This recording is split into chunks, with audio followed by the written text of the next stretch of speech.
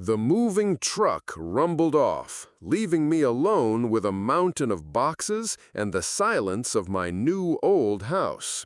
I mean, it wasn't really old, not in a grand, historic way, just lived in, worn. That was the charm, I told myself. A fresh start. I was finally here. No more cramped city apartment, just me, my stories, and this quiet street. Or so I thought. Then I saw him, across the street, leaning against a perfectly manicured rosebush, glaring at the moving van like it had personally offended him. Mark, I learned later, the neighborhood watch captain, local cop, retired, thank God, and apparently the self-appointed gatekeeper of this little slice of suburbia. He was a big guy, bulky, all arms and shoulders under a tight polo shirt, rigid in a way that just screamed trouble. I waved, a simple, friendly gesture. He just narrowed his eyes and turned away, marching back into his house. Well, okay then. Not exactly a warm welcome, was it? That first night, I was still hauling boxes, trying to even find my toothbrush. It was late, maybe past midnight. Everyone else on the street was asleep, I figured. The dark hung thick and heavy outside my windows. Then a sharp rap on my front door. Not a gentle knock, but a firm, almost demanding thump, thump. My heart jumped. Who in their right mind? I paused, holding a dusty lamp, listening. Another rap, then another, louder this time. I walked to the door, peering through the peephole. Nothing, just the dark porch, the street lights making long, uneasy shadows. No one there. I pulled the door open, just a crack. Empty, not a soul. What the hell? I muttered, my voice sounding too loud in the quiet. I closed the door, locking it tight, a shiver running up my spine. It had to be him, that Mark character, playing some kind of stupid joke, just because I was new. I actually mumbled a curse word. The next morning, I woke up feeling sore and groggy. I looked out the window. Mark was outside, on his porch. He was standing over a terracotta pot, a big geranium plant, all knocked over. Soil spread out like a dark stain across his clean concrete. He stood there, hands on his hips, jaw tight, staring at it like it was a crime scene. And then he looked up, straight at my window. Our eyes met, cold and accusatory. There was no mistaking it. He blamed me. For what, I had no idea, but I knew exactly what he thought. The jerk. A few days later, I was deep into trying to write, hunched over my laptop, the screen glowing in the dusk. My hair was tied back nice and neat. Suddenly, I felt it. A soft, cool strand, like a piece of hair, brush against the back of my neck. It was unmistakable. I reached up and swiped, but there was nothing there. Just skin. I frowned. Maybe I'd missed a strand. I kept typing. A few minutes later, it happened again. This time, it was right by my ear, lingering longer. A cold whisper of a touch that wasn't really there. I actually flinched. My skin felt crawly. I looked up, out the window, at Mark's house, dark and silent across the street. "Still at it, are you?" I mumbled, a sour feeling in my gut.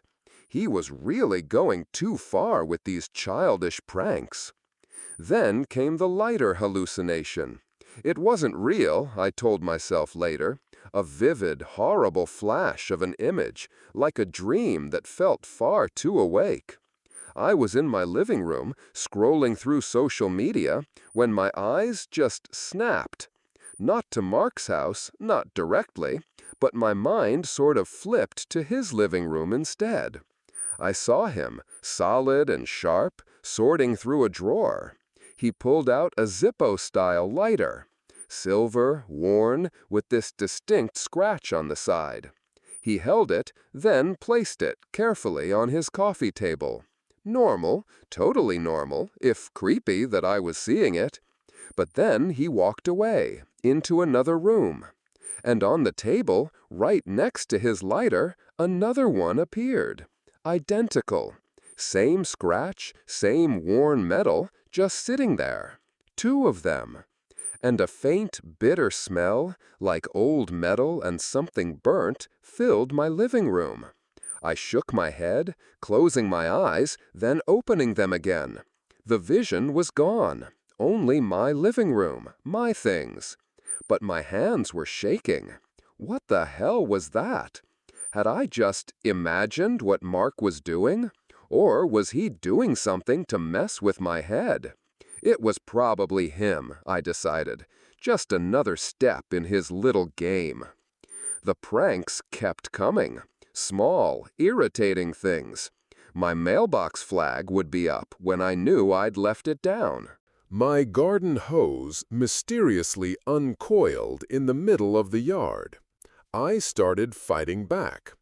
I'd purposely play my music a little too loud when he was outside. He'd leave his car parked just a foot too close to my driveway, making me have to maneuver carefully to get out. It was a stupid, exhausting war, fueled by nothing but annoyance and the belief that the other was the root of all my new, strange problems. One evening, I walked into my kitchen. It was completely dark. I reached for the light switch. Click. The light didn't come on. Instead, the room actually seemed to get darker.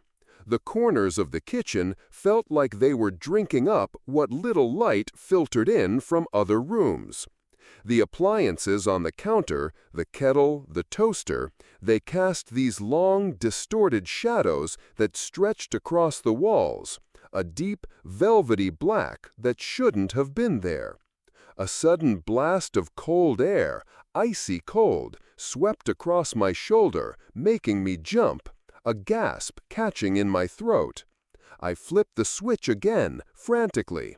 On, off, but each flick just made the room sink deeper, heavier, into a consuming blackness that the light was supposed to push away. This wasn't right. This wasn't Mark. Not a prank. My stomach lurched. Something in me knew then, with a terrible, icy certainty. This wasn't human. My head spun. I leaned against the counter, breathing hard, the lingering cold still on my skin, making my hairs stand on end. I looked out the window again. Mark's house was still and dark. It wasn't him. No way. But the thought, it's not him. No way. But the thought, it's not him, brought a new kind of terror. What if it wasn't? What else could it be? All the shadows in my house that night, they just seemed longer, twisted. And then I had another one of those waking dreams, clearer this time, a cold, sharp intrusion. It was Mark's front porch, viewed from somewhere behind his rosebush, shrouded in shadows. I saw him holding a phone to his ear, his face tight with anger. I heard, no, I felt, the buzzing annoyance of a persistent loud music echoing from my house, as real to me in that moment as my own racing heart. Then a sharp rap on his door. He opened it. And there I was, standing there, my smile too wide, too smooth, my phone still pressed to my ear. The me in the vision spoke. "Oh, what rotten luck! I haven't called you tonight. My phone's been dead for hours, hasn't it?" Mark's face in my vision went pale. He stood there, between the two me's, the one on the phone and the one on his porch, my own face a mask of something not quite right. My vision blurred then, the sharp edges of his porch fading into a sickly gray, but the image lingered, a cold, wet fear spreading through me. Something was wrong, deeply wrong. I sank to the floor, my kitchen still too dark, too cold, even after I found a different light switch that actually worked. I need to write this down, I thought, my mind racing, before I forget, before all of it just melts away, before Mark makes me doubt it all again. My eyes fell on my coffee table. My favorite pen, the one with the chewed-up cap, rolled from its spot, a quiet, almost deliberate movement, and clattered to the floor. My journal lay open, a blank page. But as I watched, as if pulled by an invisible hand, a sentence bled onto the pristine white. Not my messy scrawl from frantic attempts at plot points, but a strange, elegant script. My own handwriting, but not mine. You will forget, Chloe. The words were black, stark, on the page. I felt a scream bubble in my throat, but it never came out. My own thoughts reflected back. It knew. It knew what I was thinking, and it was telling me I wouldn't remember. For the climax for Mark's scene as Chloe's experience.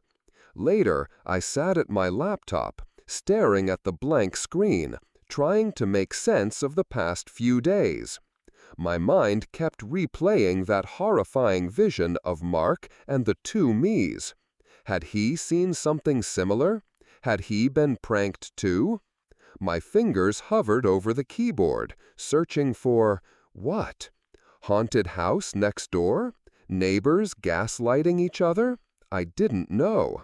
Then my laptop screen, which had been blank, flickered once. Not a normal flicker.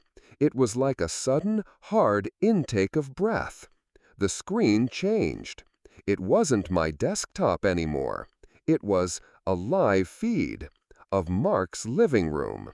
A distorted, grainy image, but unmistakably his. I saw him, hunched over his own computer, his face drawn. He was watching his own security footage.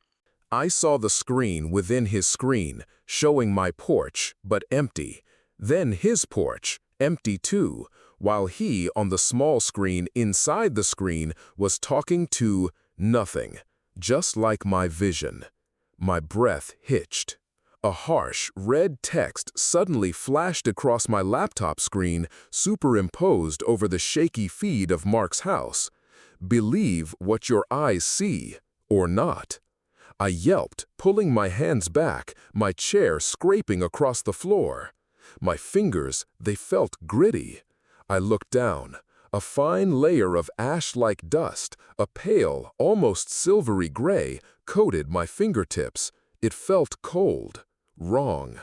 My laptop screen snapped back to my blank desktop, taking the image of Mark and the sinister message with it. But the dust remained. I brushed it off, but the memory, the terrifying certainty of what I had just seen, it clung to me. It wasn't just my house, it wasn't just me. Something was happening to him, too, and it was all intertwined. That night was restless. A cold unease had settled deep in my bones. I lay in bed, pulling the blanket tight, but the cold was not external, it was inside me. Mark, I knew he was awake too. I could feel it, somehow. I picked up my phone, my thumb hovering over the search bar. Haunted houses, old land, I typed, the words feeling heavy, stupid even, but I couldn't help myself. I just had to know. Then, at exactly 3 in the morning, my phone screen flared, not with search results, but with a new message. No sender. Just a stark black font bleeding into the white, like ink spreading on wet paper. You are feeding me. My chest felt tight, my lungs burning. And even as my own phone glowed with those horrifying words, my mind, pulled by an invisible, sickening thread, showed me Mark in his house across the street. He was staring at an old blueprint spread across his table, a fragile piece of paper, and on it, as if etched by a phantom hand, the exact same words appeared, the same black, flowing ink. "You are feeding me." My blood ran cold. I wasn't imagining it, not anymore. I looked up, through my window, across at his dark house. Something passed between us then, a current of shared dread, a terrible understanding of the forces at play. My living room light, the one I had left on as a small comfort, flickered violently, once, twice, then went out, plunging my house and my mind into a consuming black. The uneasy cold from that last night had settled deep, not just in my house, but in my bones, like a damp chill that wouldn't let go.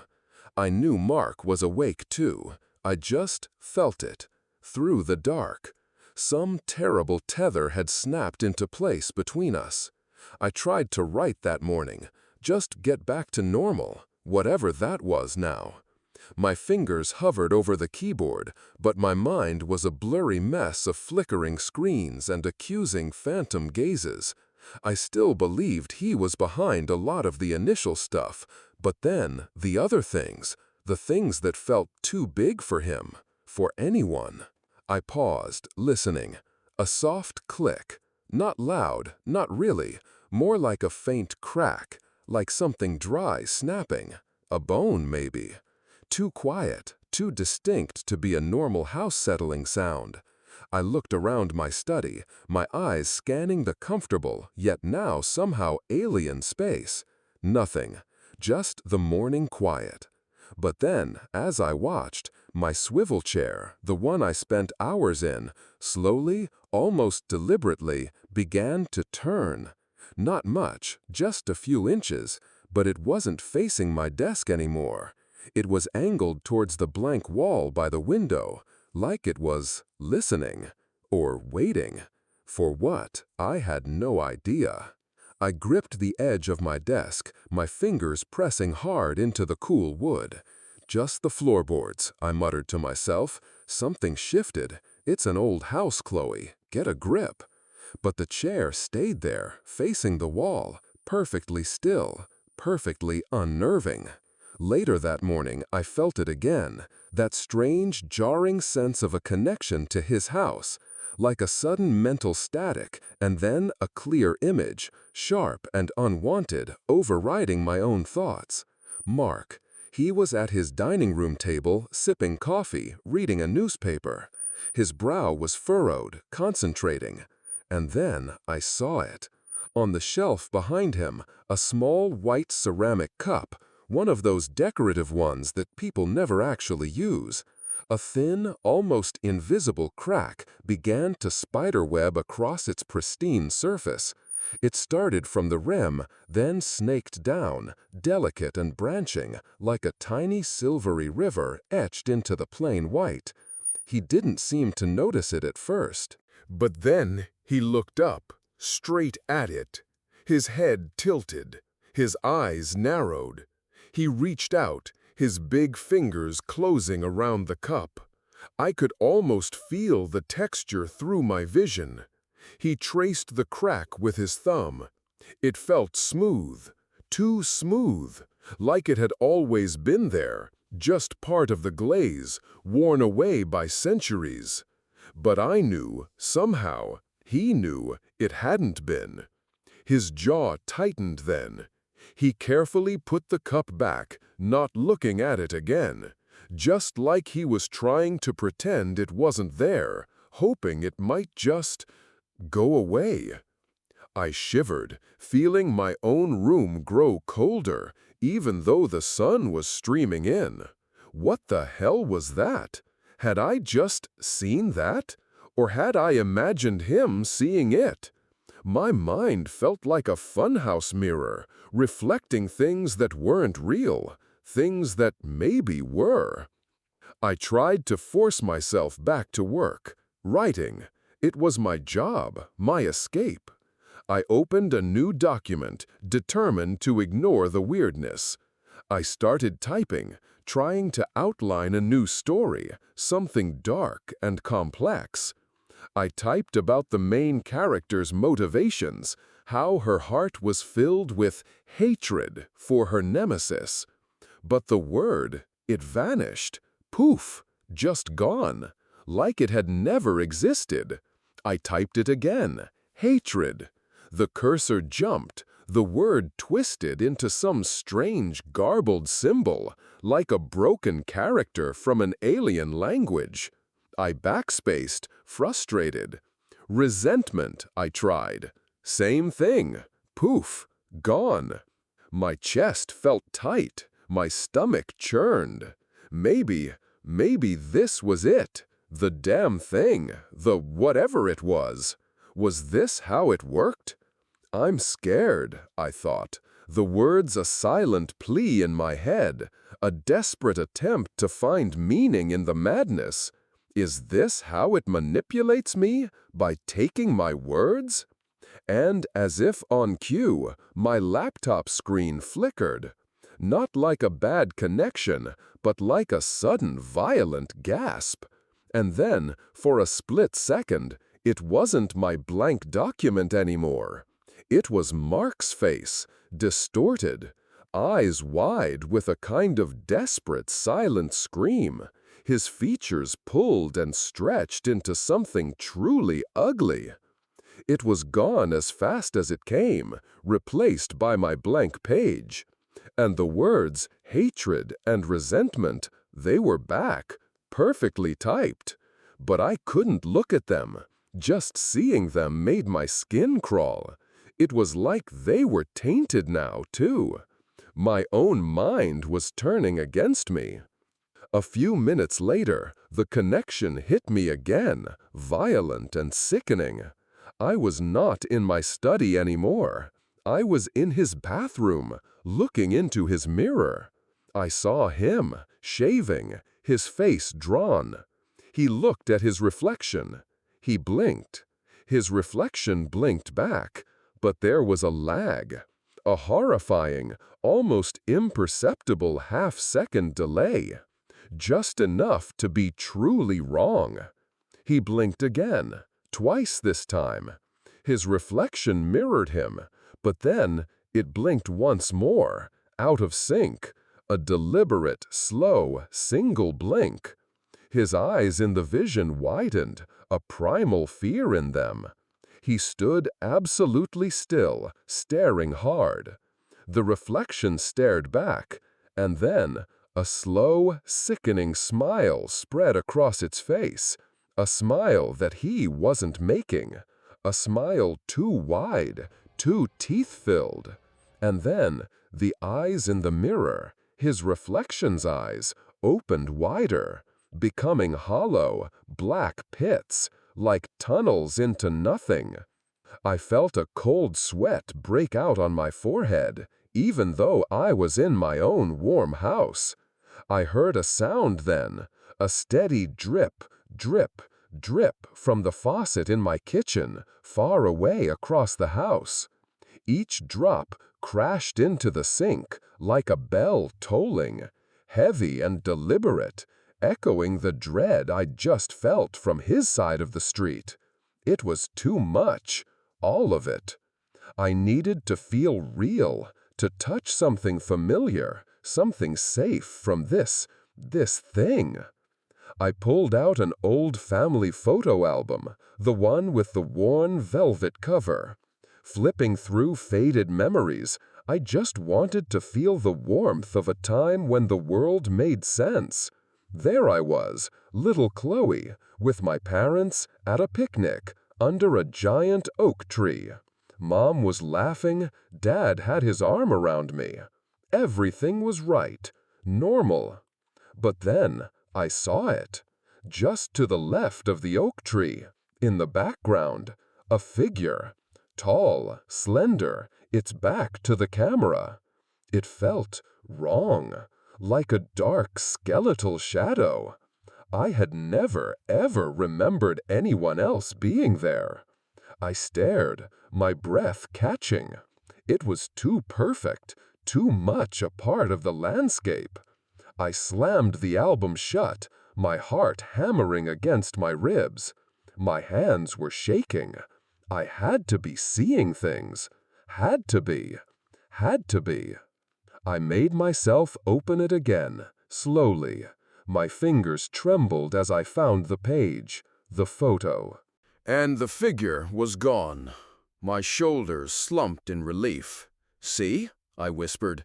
"Just tired, overworked." But then my eyes drifted, and there it was. Not by the tree. It had moved. It was now standing directly behind my father, its hand resting gently on his shoulder like a long-lost uncle, a quiet, forgotten family member. A shiver tore through me, my mind reeled, and then, with an almost sickening clarity, I smelled it. The scent of dry grass, damp earth, the smoky tang of grilled meat, all from that long-ago picnic flooded my senses. It was so real, so vivid, it felt like I was back there, with that thing standing behind my dad. My past. It was rewriting my past.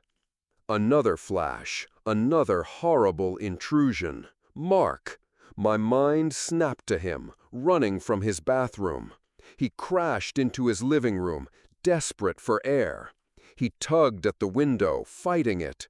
"Open, you bastard!" I felt him think. Or maybe I was just projecting my own frustration. He pushed with all his weight. And the more he pushed, the darker his room became. The sunlight outside, solid and bright, seemed to shrivel, to be sucked into a void, rather than pour in. He leaned into the window frame, pushing again. I saw his knuckles white. The wood beneath his hands began to change. Not just splinter, but soften. It became mushy, then wet, like rotting flesh, spongy and cold. And the smell, distinct and unmistakable, drifted into my own living room. The heavy, earthy odor of damp soil and ancient moss, the kind you find clinging to things that have been buried for too long. My stomach lurched. I stumbled back from my table, away from the album that kept changing. My throat was dry. I couldn't trust my own memories anymore. I closed my eyes, trying to clear the horrifying image of the figure in my photo, of Mark's face etched in fear. But when I closed them, a new image burst forth. Mark's face scowling with hatred, just as I'd seen it so many times. But then it melted, stretched, until that wide, empty, black-eyed smile consumed his features, just like in the mirror. I gasped, opening my eyes again, the image lingering in my mind's eye like a burn. My whole body was trembling.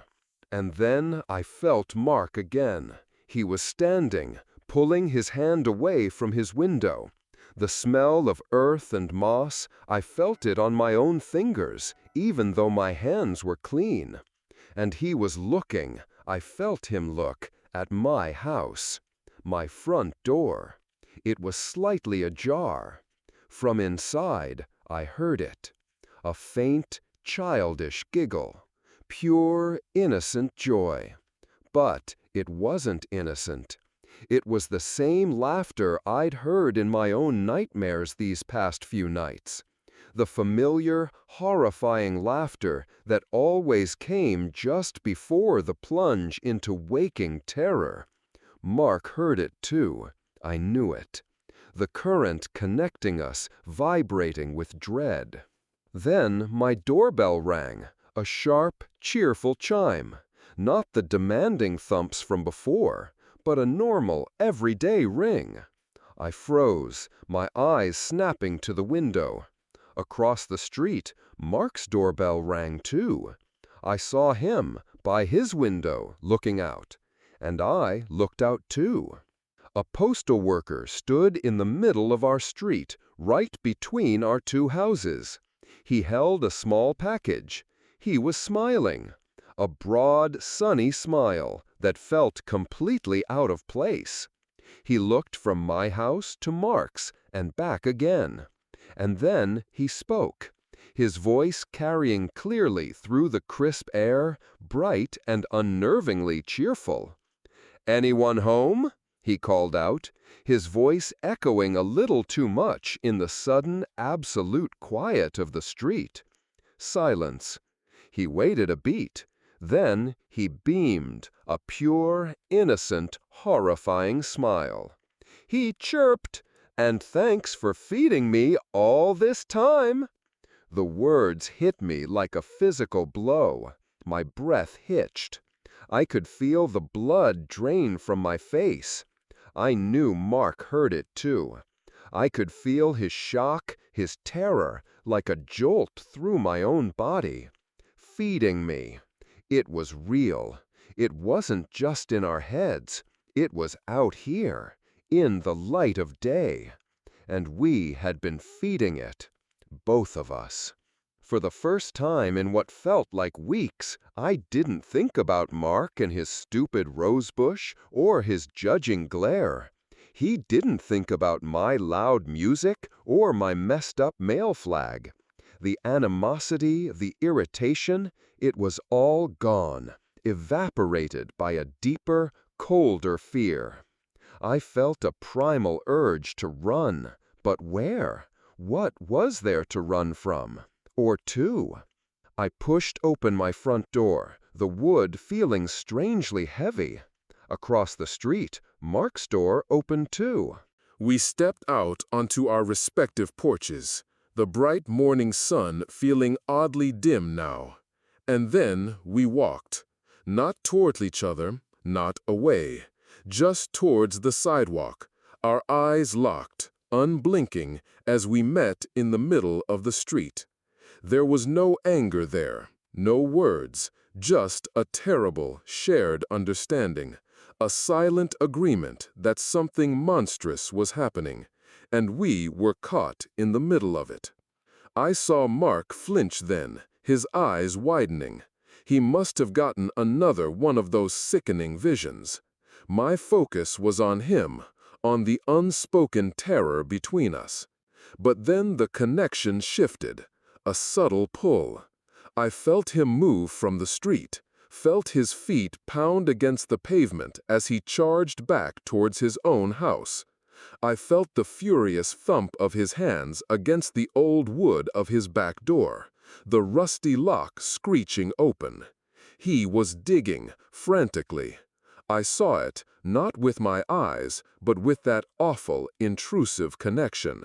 He was ripping at the dry earth by his long-dead rosebush, clawing at it like a desperate animal. And then he had it. A small, water-stained, leather-bound journal. Old, so old. And in that same moment, a cold gust swept through my house, though no windows were open. My unfinished novel, left open on my desk, stirred. The pages ruffled, turning, until it landed on a blank, pristine sheet. And then the words began to bleed onto the paper. Not my frantic, messy scrawl, but a neat, elegant script, like a practiced calligrapher. Yet it was my handwriting, my own hand, but not mine. The ink spread. He forgot. They forgot. But I never forget. I am the shadow of your hatred, the echo of despair. The words finished, and then, with a heavy, sickening thud that shook the floorboards of the entire house, my front door slammed shut behind me. The sound was so final, so utterly absolute. I was out here, trapped, my breath caught in my throat. I could still feel Mark, though, standing on his sidewalk, the old journal open in his hands. I felt the weight of the words he was reading, the cold dread. I felt him look up, across the street, at my house. My window, the one above my desk, was still open just a crack.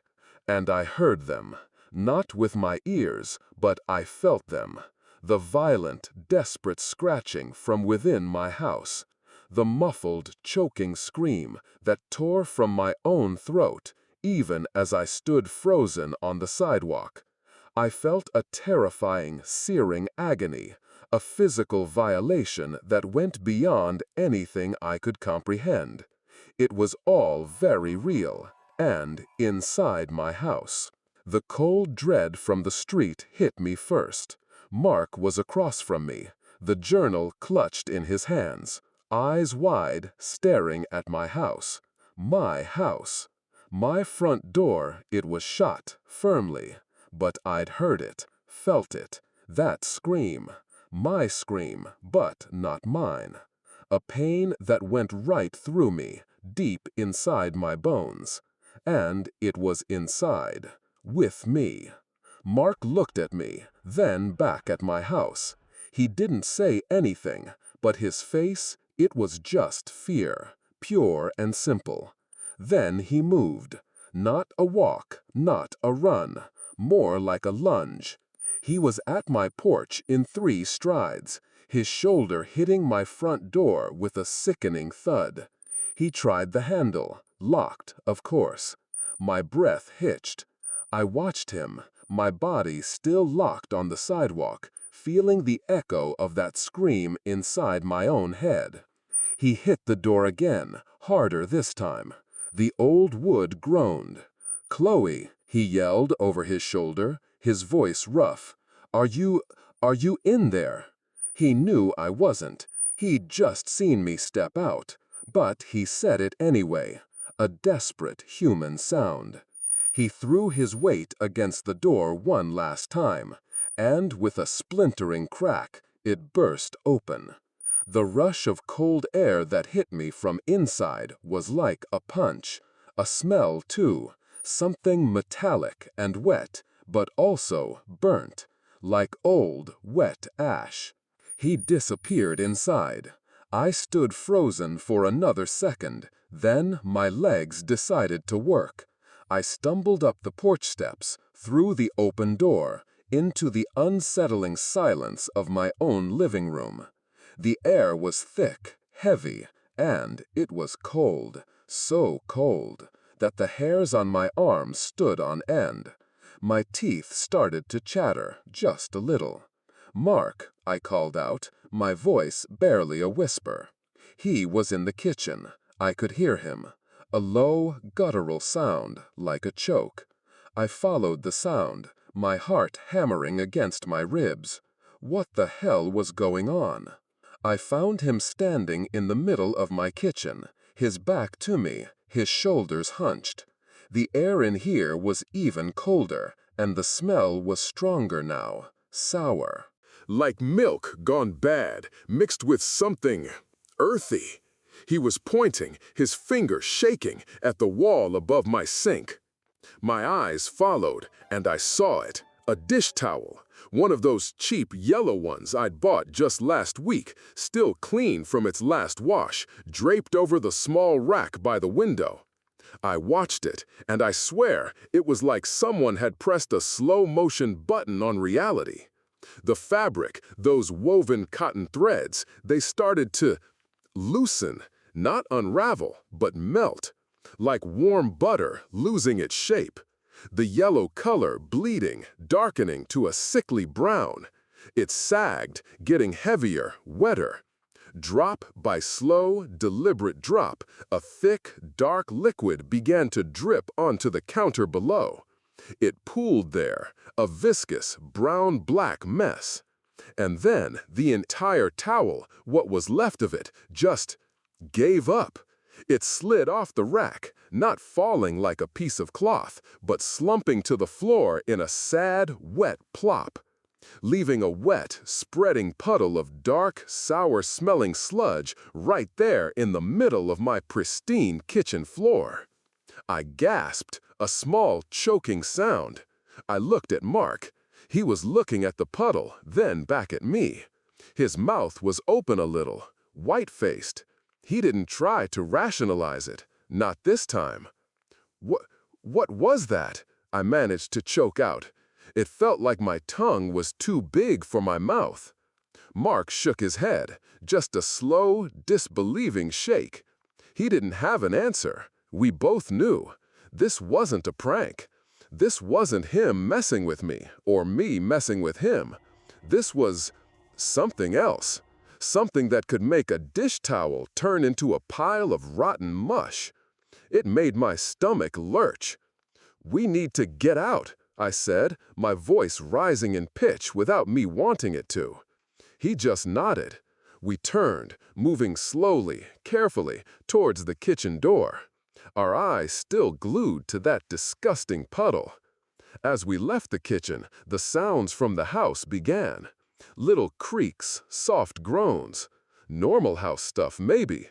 But then, as we reached the bottom of the stairs, Mark put his hand on my back, urging me forward. We started to climb. And the stairs, the wood felt different, soft, spongy. With each step we took, it wasn't the usual creak of old wood underfoot. No, it was a dry, rasping sound, like grit or tiny stones grinding together. I looked down, and through the dust, I could see them. Small cracks, spiderwebbing out from under our shoes with every footfall. They spread across the smooth, polished surface of the wood, little splinter lines that weren't there before. Like the stairs themselves were crumbling, turning into something brittle like old mortar. Mark reached out to the banister. His hand closed around the familiar, smooth wood. But then he frowned, pulled his hand back.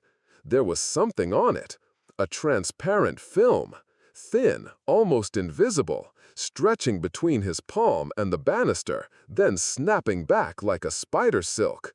It glistened, wet and sticky. "What the hell is that?" he muttered, rubbing his hand on his jeans. I shook his head. My throat felt tight. We kept climbing, each step a sickening crunch, each touch of the banister making my skin crawl. We reached the top landing, our eyes darting around. The hall stretched out before us. I remembered it. I'd walked this hall 1,000 times since I moved in. It always felt a little narrow, cozy. But now, it was longer, definitely longer, like someone had taken an elastic band and just pulled it. The walls, the cheerful yellow wallpaper I'd spent days choosing, felt like they were getting closer, pushing in. The air felt thin, compressed, and the ceiling was lower. Not by much, just enough to make me feel like I was slowly, inevitably, being squashed. My chest felt tight, like a heavy weight was slowly settling on me. It was all wrong. The angles of the doors, the way the light fell from the windows. It was like looking at a Picasso painting of a hallway. Nothing made sense. Mark tried the light switch by the bathroom door. Flick. Nothing. He tried another one by the linen closet. Flick. Nothing. He hit the switch for the hall light. Flick. Still nothing. Every switch in the house, it seemed, was dead. And then a sound, a low, guttural growl that didn't come from any specific direction. It seemed to just be there, in the air, around us. It vibrated in my teeth. I grabbed Mark's arm, my fingers digging into his bicep. Then he appeared, just materialized out of the heavy air, a few feet down the distorted hallway. Another Mark.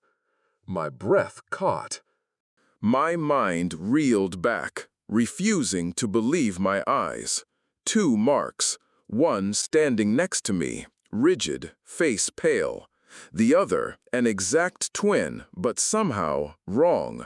He stood there, still, not breathing, it looked like, just standing, staring at us with that same intense gaze Mark always had. But his eyes, they didn't reflect the dim, strange light. They were just dark pits. He smiled then, a sly, slow smirk that pulled at the corners of his mouth. Not friendly, not human. I looked at the real Mark, then at the other one. My mouth opened and closed. "Mark, I stammered, pointing. The real Mark didn't flinch. He just tightened his grip on my arm and pulled me slightly behind him. He stepped forward. His voice came out strong, though I could hear a tremor in it. "You're not him," he said, his eyes fixed on the copy. The other Mark, the fake one, he laughed, a dry, rasping sound, like the crumbling stairs. And then a different voice, not Mark's, not the laugh, a mechanical, flat sound that echoed in the elongated hallway, like a broken speaker. It was loud, too loud. It resonated inside my head, making my ears ache. "You hate each other so much," the mechanical voice droned, coming from the fake Mark's mouth, but everywhere at once. "Why don't I help? I will help you eliminate each other." A wave of intense cold washed over me then. Not from the fake Mark, no, it came from me, my own body. A shiver that started deep in my guts and shot right up my spine. My skin felt clammy. It was like a block of ice had settled deep inside my chest. It was so cold it burned. I squeezed my eyes shut for a second, fighting the sudden urge to scream. Something was wrong with me. I opened my eyes, looking at the fake Mark. He stood there, that sly, almost imperceptible smile still on his face. He watched us, waiting. "It doesn't want us to cooperate," I whispered, my voice rough, my throat still tight. It wasn't the entity's echoing voice. It was just me, a thought, a realization. It wants us to fight. Mark looked at me, his eyes wide. He nodded slowly. His face was still pale, but there was a flicker of something new in his eyes, a kind of terrible understanding. He looked back at the fake Mark, who hadn't moved, just stood there, smiling that unsettling smile. Then Mark did something I never would have expected. He reached out, his big, rough hand finding mine. His fingers closed around mine. His palm was calloused, warmer than mine. Our hands locked. Not a gentle touch. It was firm, a desperate grasp, a promise. The moment our hands met, the fake Mark shivered. Not a human shiver, more like a glitch. The edges of his body blurred, shimmered. The smile on his face wavered, distorted. His eyes, those black pits, seemed to flicker, then shrink. He started to shake, violently, like an old, dying projector. And then, as quickly as he had appeared, he was gone, vanished into thin air. But he left something behind, a trail, a thick, inky stream of black sludge, much like the melted dish towel, began to ooze across the wooden floor from where he had stood. It flowed, sluggish and dark, leaving a wet, putrid stain. The smell, sour and earthy, filled the hallway. A strange, almost alarming wave of relief washed over me then. It was sharp, unexpected, like a weight had been lifted from my chest, something huge and oppressive. My breathing became easier. I looked at Mark. He looked at me, a stunned expression on his face.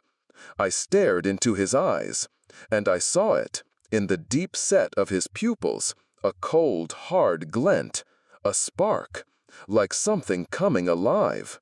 It burned for just a second, a deep, unsettling satisfaction. Then it was gone. His eyes were just Mark's eyes again. He broke the silence. It's gone," he whispered, his voice still a little hoarse. I nodded, a small, almost imperceptible nod.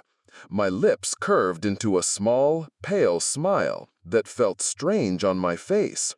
"See," I said, my voice sounding normal. Too normal, maybe. "We did it." A shiver, not of cold, ran down my spine. I looked at Mark. He looked back.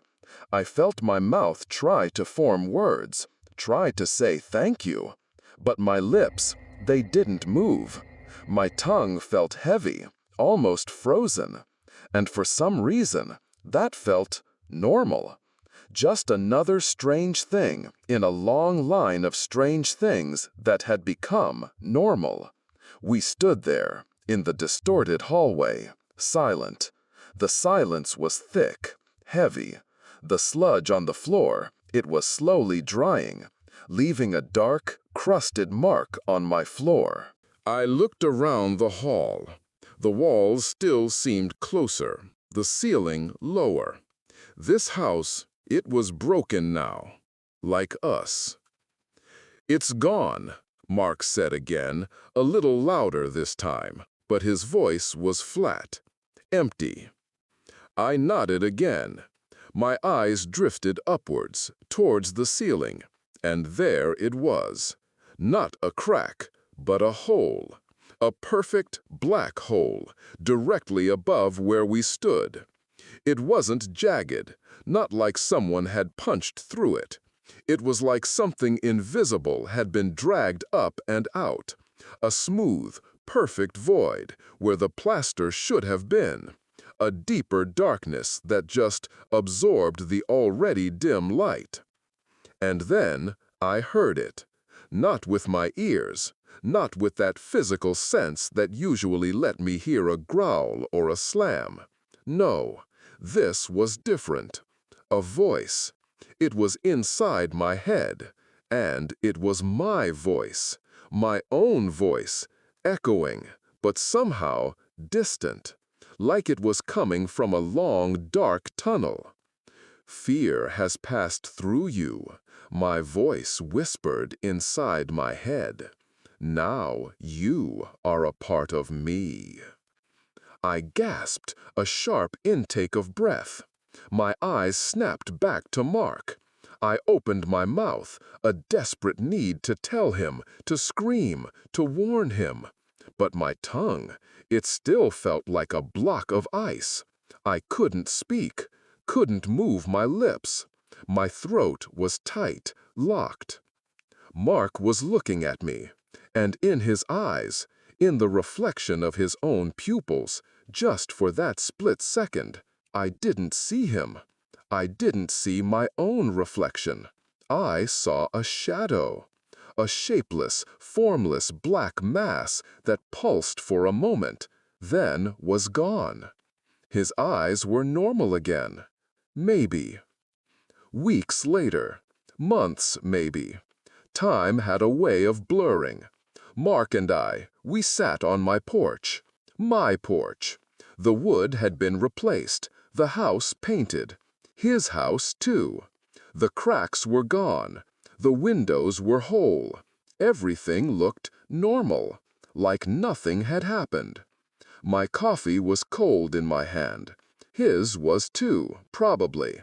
We didn't laugh much these days. Didn't talk much either. The silence between us wasn't awkward anymore. It was understanding, a shared grave, but also a lack, a void where words used to be. I watched him. He watched me. His gaze often drifted to the street, to the end of the street where the other neighbors lived. Children played in their yards. People mowed their lawns. Life went on. I looked at Mark's house across the street. It stood there, bright and clean, the rose bush green again, not quite dead. Everything was fine, really. Then Mark turned to me, just a quick glance, and in that moment, I heard it again, a whisper. Not the entity's voice, not that sick mechanical drone. No, no. It was my voice. Again. Faint, subtle, almost friendly now. "Trust him," it said. I looked at Mark, a strange, hesitant glance. Then I nodded. A slight, pale smile touched my lips. He nodded back. His eyes weren't on me. They were on the street again, distant, watching the neighbors. Sometimes, just sometimes, he told me later, he saw their mouths moving, making sounds, but no words came out. Or their mouths didn't move at all. But he heard their voices perfectly, just not from their mouths. He never told me that part. Not yet, anyway.